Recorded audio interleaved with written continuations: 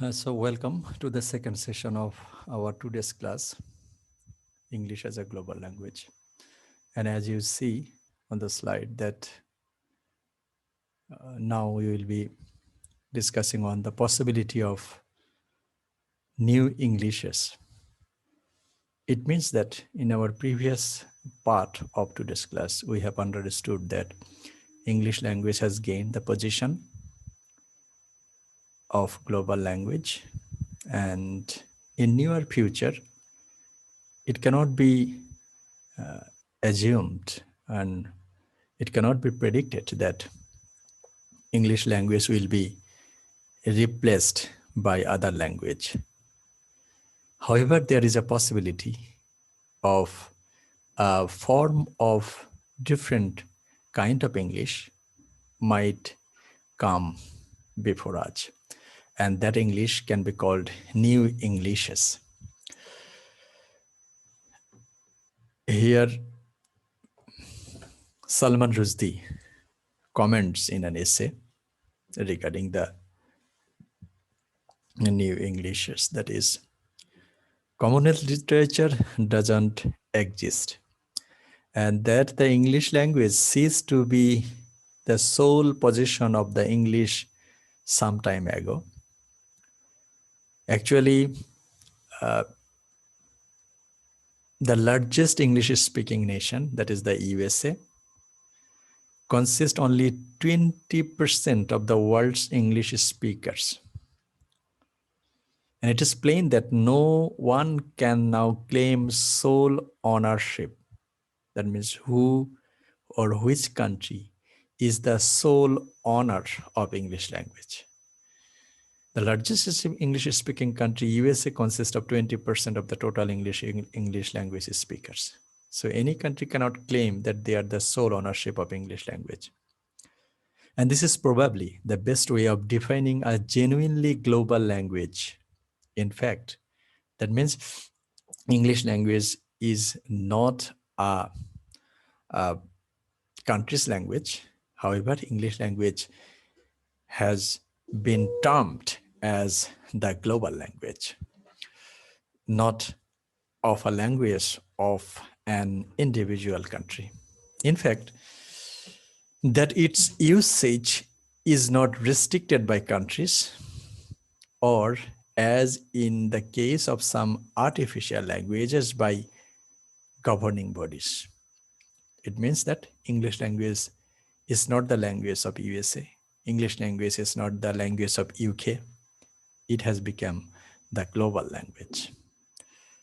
The loss of ownership is, of course, uncomfortable to those, especially in Britain, who feel that the language is theirs by historical right, but they have no alternative.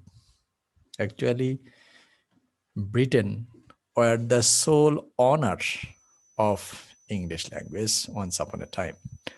But at present, for the spread of English language to USA, Canada, Australia, Africa, Asian continent, subcontinent, so there is no alternative, that they can't claim that English language is only the British language.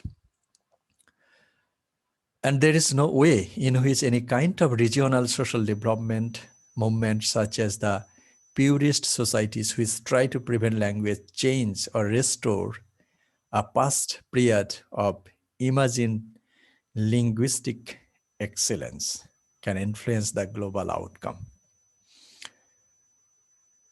In the list of English-speaking territories shown in Chapter 2, already we have seen that the number of first language speakers in the inner circle countries is currently about the same as the number of second language.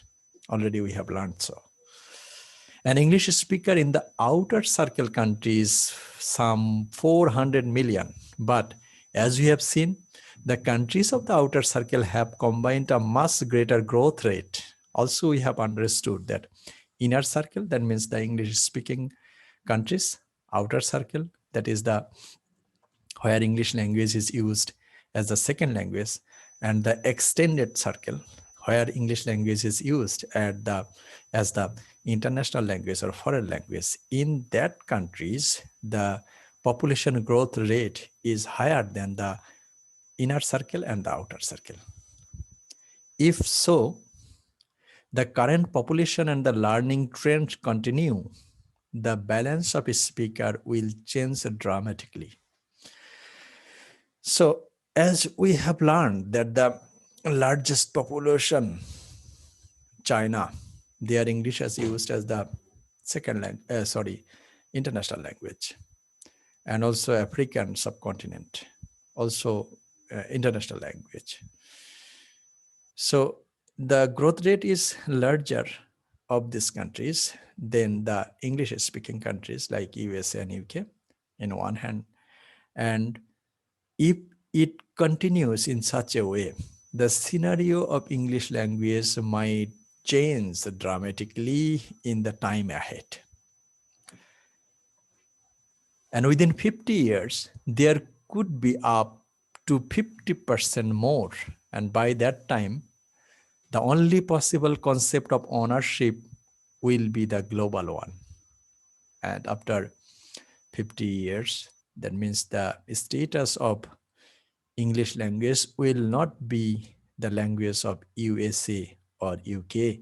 It will be the language of the globe, common lingua franca of the world.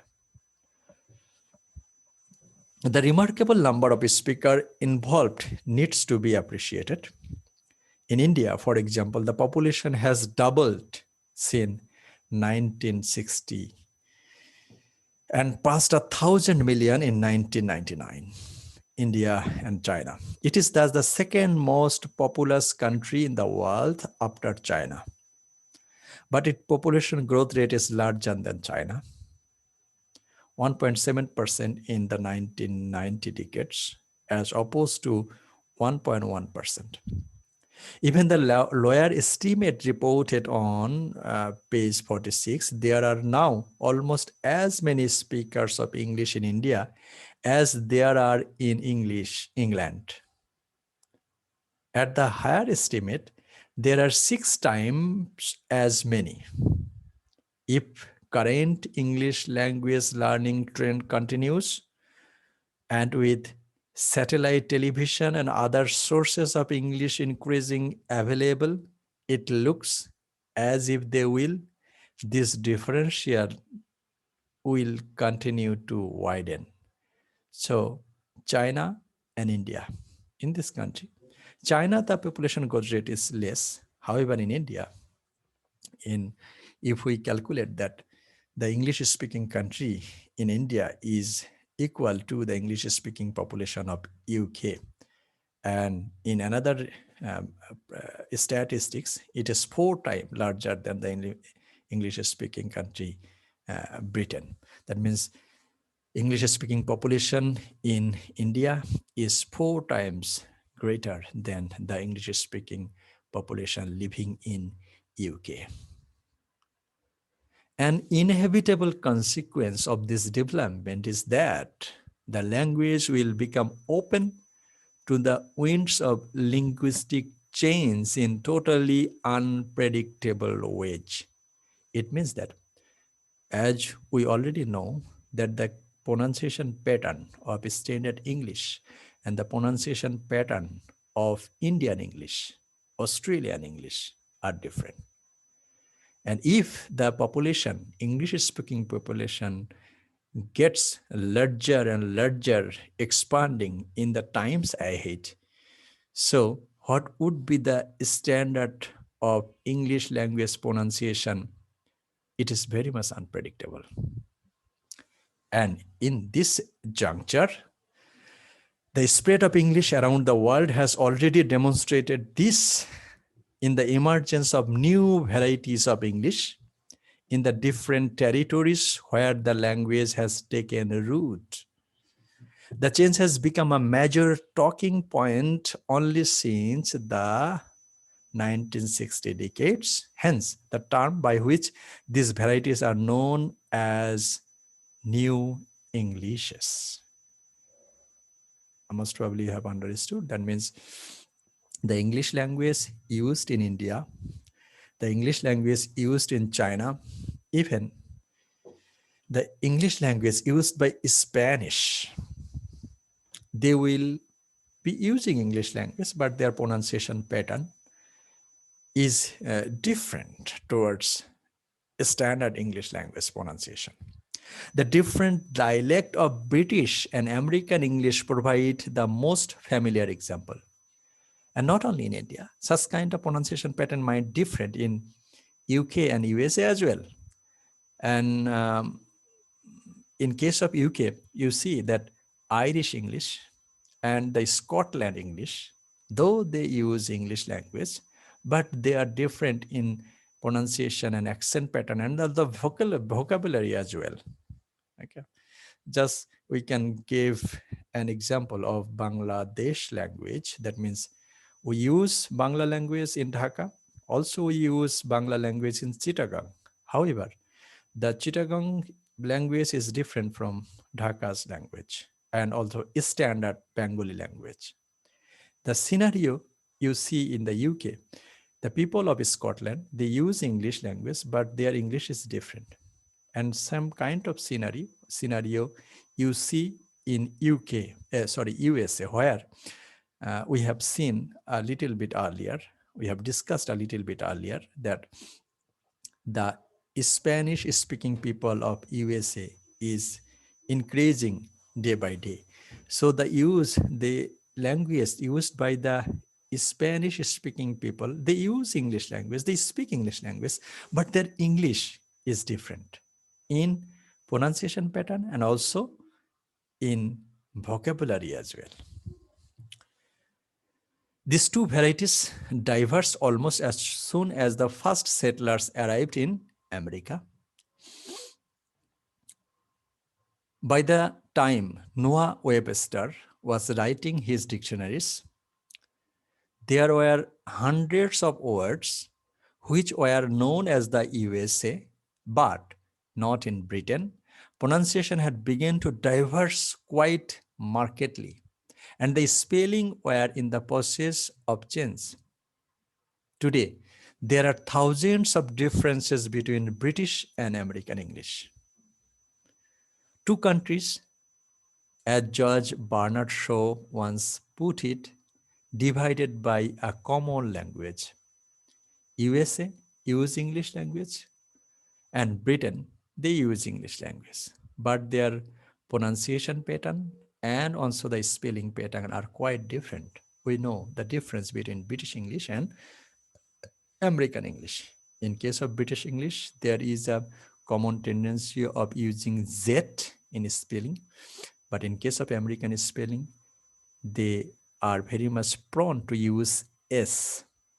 In case of Britain, they use center, C-E-N-T-R-E, but America, they use C-E-N-T-E-R. So the pronunciation pattern and also the um, spelling pattern are different between American and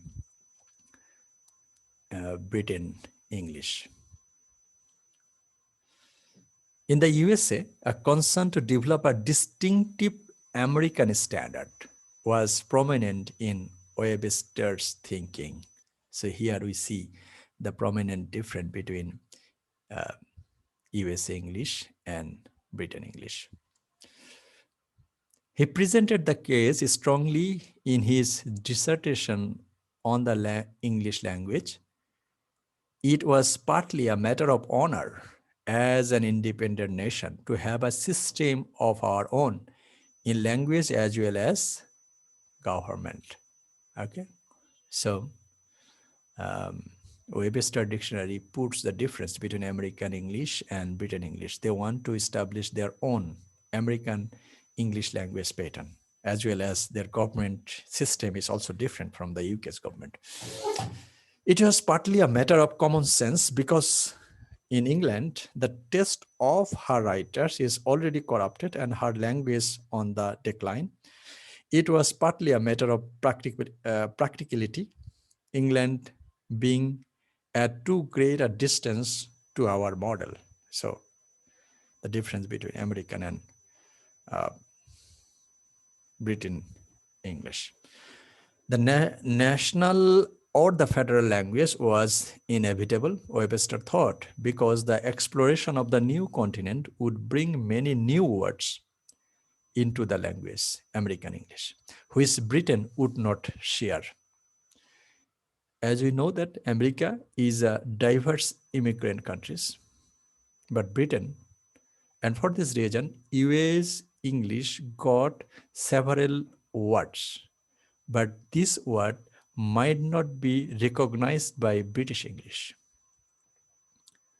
Language and political issue are always a very closely connected, as we have seen in earlier chapter.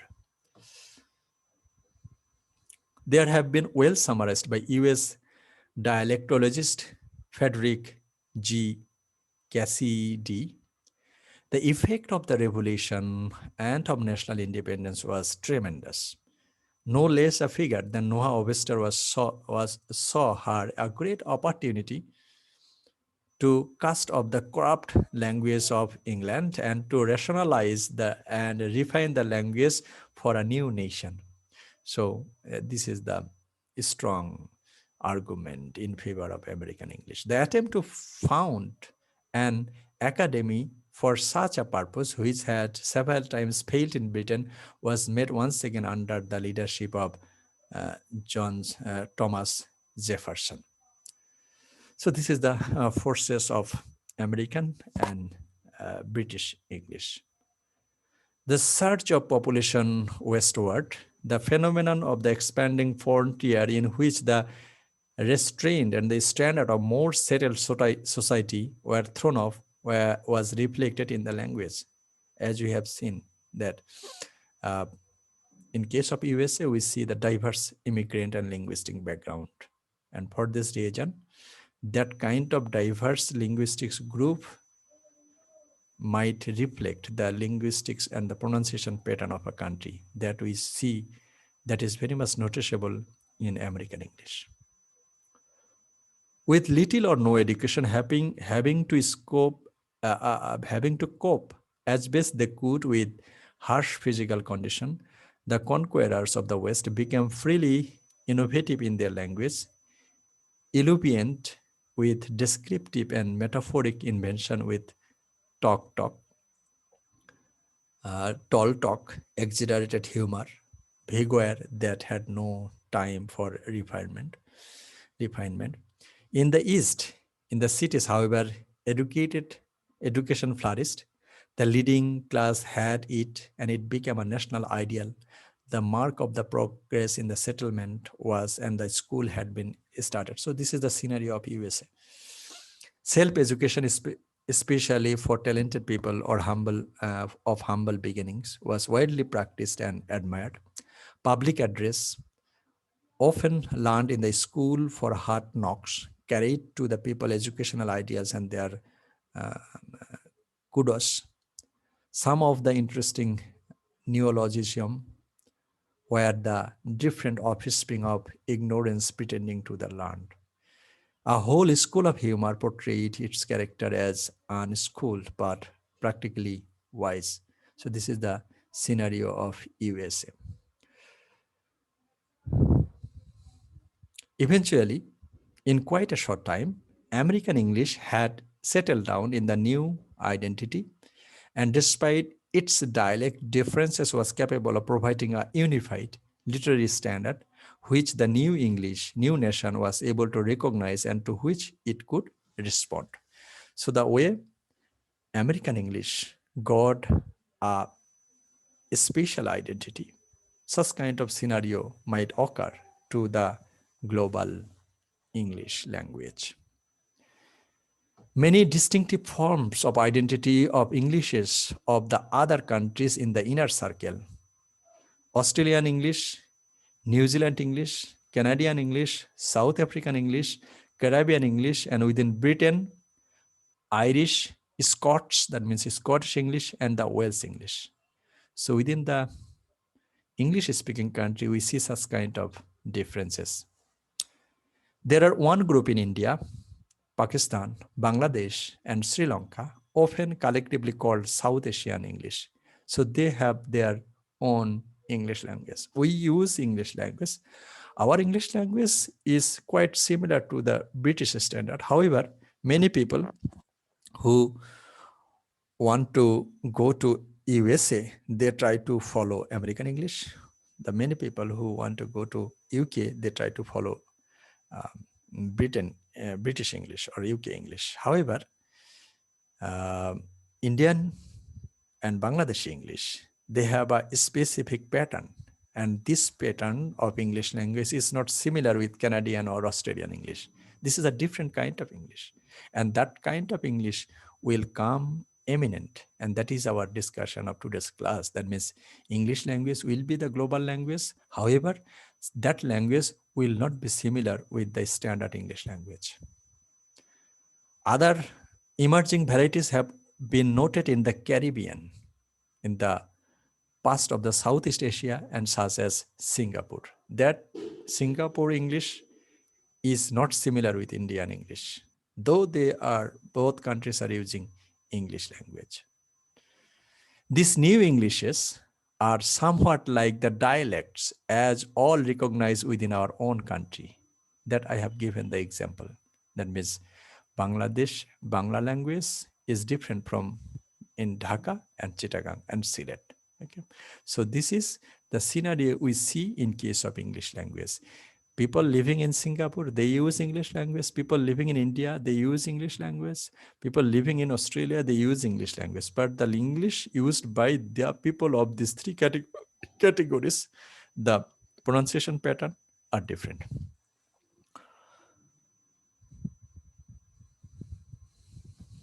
It shouldn't be surprising then to find new national dialects emerging when groups become separated by thousands of miles and encounter totally different climates, fauna, and flora. So this would be the scenario.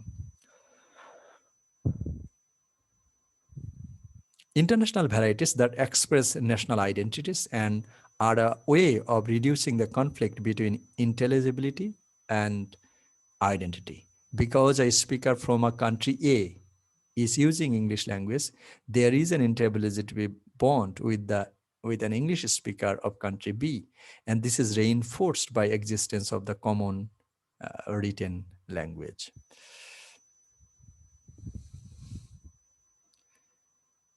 The drive for identity was particularly dominant in the second half of the 20th century, when the number of independent nations dramatically grew. So why such kind of variation we find in English language? This grew after the uh, British colony getting independence. The membership of the United Nations more than tripled. It is not different to see how many new Englishes involved as a consequence. And we nicely have understood that a new pattern of English language will come to us. But what might be the categories of these new Englishes? That new Englishes can be termed with a single category or many different categories, we can presume. But it is eminent that a new English, a form of new pronunciation pattern of English language will come in our hand. When a country becomes independent, there is a natural reaction to have behind the linguistics character involved, imposed by its colonial past, and to look for indigenous language to provide a symbol of new nationhood. So we have also discussed this. So this is the scenario. As early in the 1967, Whitney Bolton and I were compiling a dictionary of English-speaking peoples for castles, a project we began by making contact with lexicographer or at least lexicographically minded linguistics working in each of the newly independent nation, as long as the long established one. We received initial headword list from several contributors, some of which already contained several thousand items. It was evident that even within a few years of independence, people were conscious of an emerging regional lexical identity. So here, David Christel and Whitney Bolton, they involved in a project. They investigated the language of newly independent country, and they found several varieties of English language. And they have also noticed the emerging intention of using their own indigenous language. The skill of the most adaptation in new Englishes relates to vocabulary in the form of new words, borrowing from several hundreds of language sources in such areas of Nigeria, word formation, word meaning, collocation, and idiomatic phrases. So the English language used by the country who got independence from the colonial power. This English is different in vocabulary, word formation, word meaning, collocation, and also idiomatic expression or phrases. The country's oral and perhaps also written literature will give rise to distinctive names in sagas, poems, oratory, and folk tales. Okay. Uh, Many countries have their own folk tales, own history, own mythical background, own linguistics background. So they have different name. Just for an example, in case of our country Bangladesh, we see that Lalon song. This is a one kind of singing. So such kind of singing you will not found in Kenya. You will not found in Singapore. So the different folk tales are included with the word stock of English language. There will be a body of local laws and customs. Okay. Um, the local laws employed by the government might have a different name. That will also be included in English vocabulary with their own terminology. The culture will have its technology with its own terms, such as for vehicles, house building, weapons, clothing, ornaments, and musical instrument. So such kind of thing are in different name by different linguistics group. Vehicle might be called differently by different language user. Same thing might be used for clothings, ornaments, and etc. The whole world of leisure and the arts will have a linguistics dimension. Names of dances, musical style, games, sports, as will distinctiveness in body appearance, such as hairstyle, tattoos, decoration. So this phenomena is different in different linguistics group. So this word will come in the plethora, in the vocabulary of English language.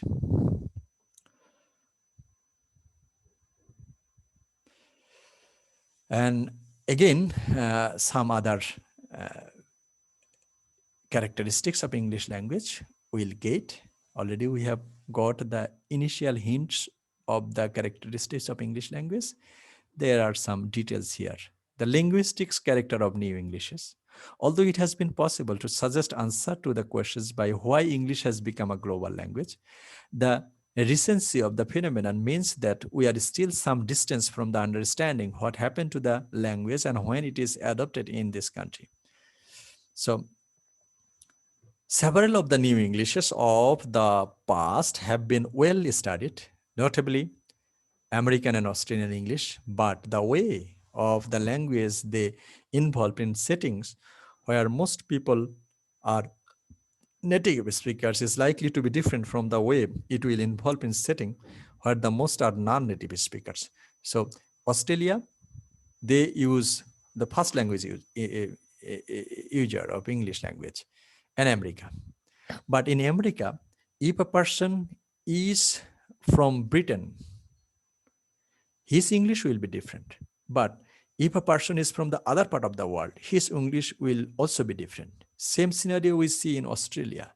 If a person is from UK, his or her English will be different. And if a person is from Singapore or Malaysia and switched over to Australia, his English will be different. Though Australia and America both are English-speaking country.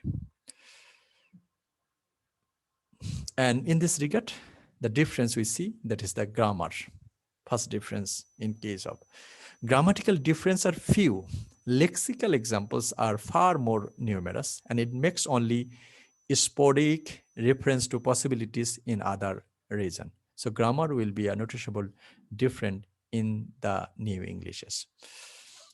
2 points are relevant. First, grammars, especially those motivated by teaching consideration, have traditionally focused on standard English, and thus essentially on printed English, which provides the foundation of that standard. So grammar, in case of written English, you see the standard.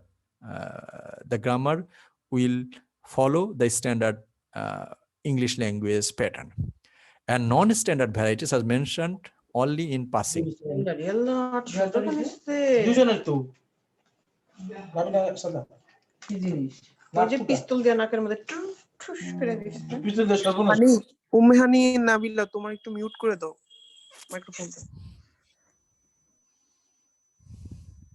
Sorry. So in case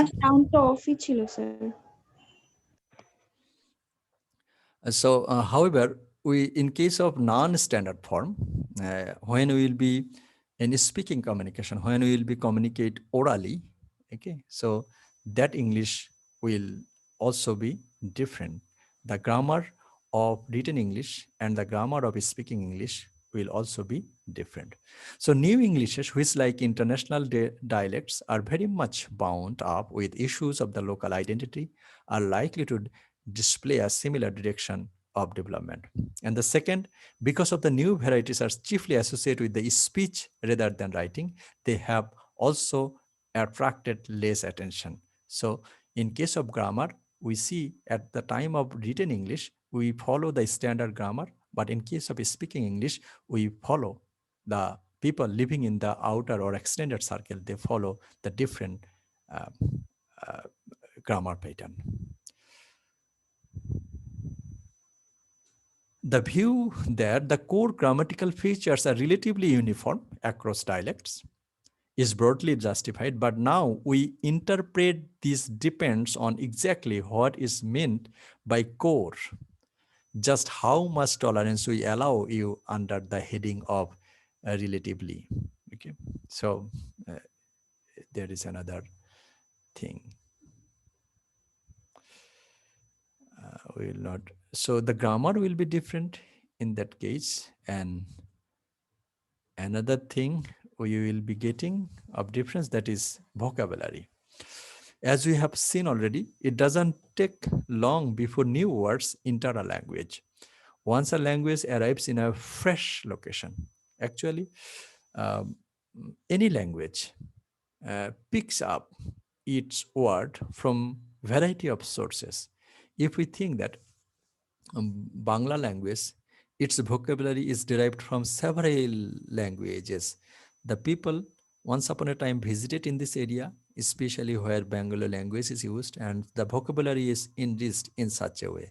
Same thing will be happening in English language. When English language visits other parts of the world, that language, English language, will occupy and will pick up new words in its vocabulary.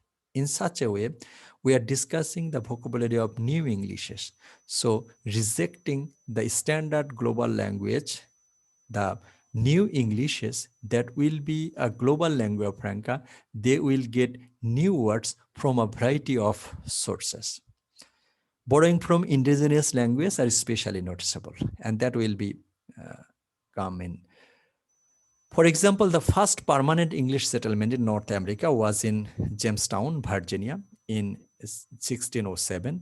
The loan words from Indian languages were introduced into the contemporary writing virtually immediately. So there is an example.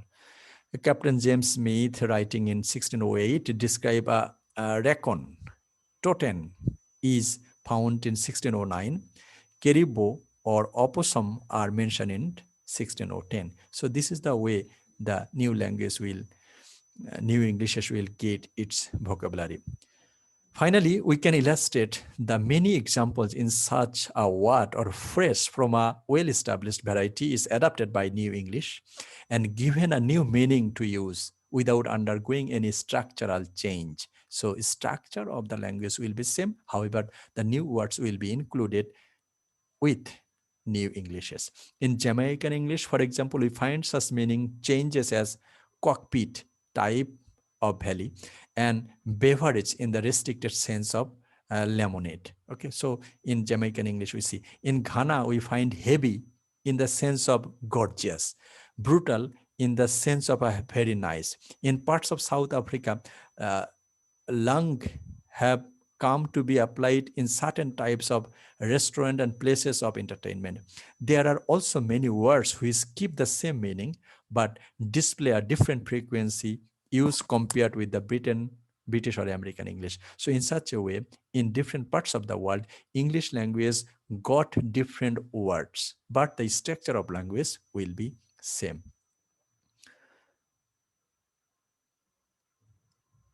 Another thing will happen in case of new language, that is the code switching. With illustration like one form, the Sunday Times, it is not difficult to see how the process of the variety differentiation might develop further. It was not just an Afrikaans noun which was distinctive in the above example. It was an assassin and the noun combination.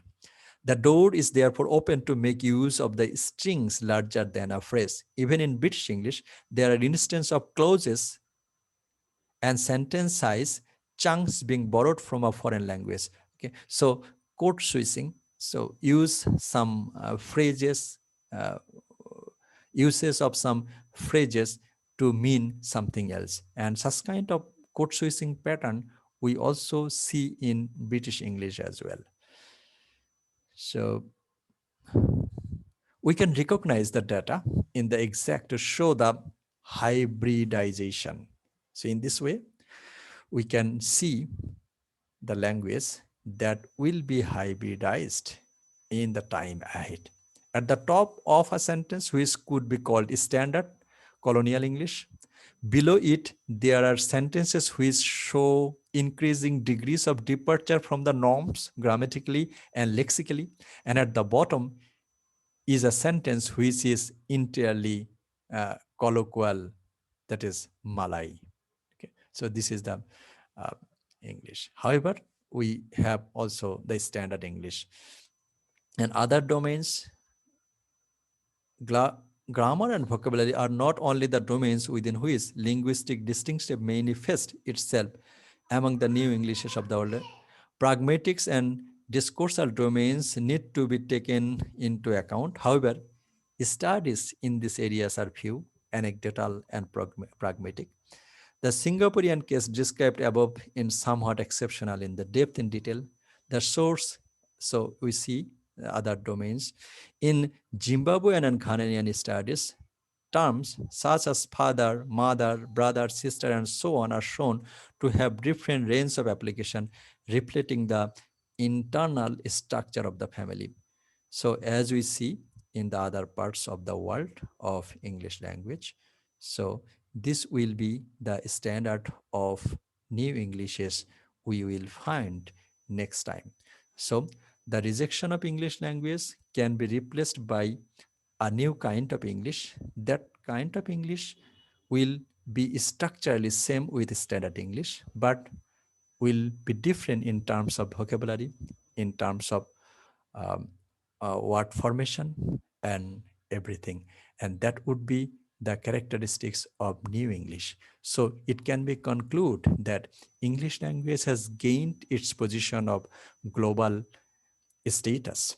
And at present, the scenario that English-speaking people in USA and the UK might be less than the English-speaking people living in India, China, South Asia, and the African continent. And in this way, a new variety of English language will come in existence in future.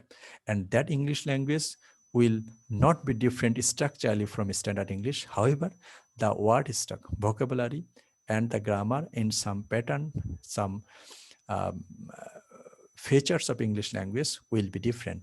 And that would be the characteristics of new Englishes that will be eminent in our hand.